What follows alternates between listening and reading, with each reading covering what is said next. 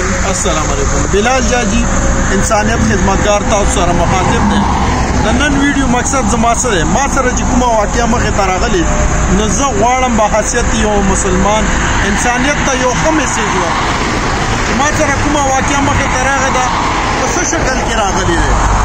ما په کار دوران کې دا ګوتې زور اخیستی و نو ناپوهه یو کس ته ورغلی هم د چا په ترو باندې نو هغه دا ګوته راته وتړله. دا ته 15 دن بعد کلاو کا ټیک بوي. ما چې کله کلاو کړه نو ځای ته نه ورغلی ګوته ماته وه.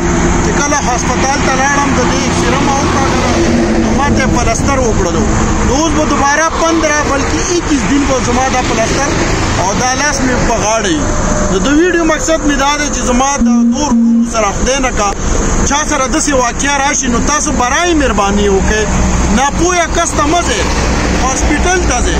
دا ماتې ګوډې چې څوک ګوري دې کې پوه هوښیار خلک شته خو هغه ډېر کم دي. نن سبا خلکو یو روزګار ونه جوړ کړی دی نو روغ لاسونه روغ خپې به درته خراب کړي. لکه څنګه زه مشکل سره مخامخ شم دی نه که چې تاسو د مشکل سره مخامخ شئ. په حیثیت انسانیت یو ښه میسیج مې تاسو ته درکړو. تاسو خپلو ملګرو سره هم شیر کړئ. الله نه به امید ساتم چې دا پیغام تاسو خوښ شوی. وسلام.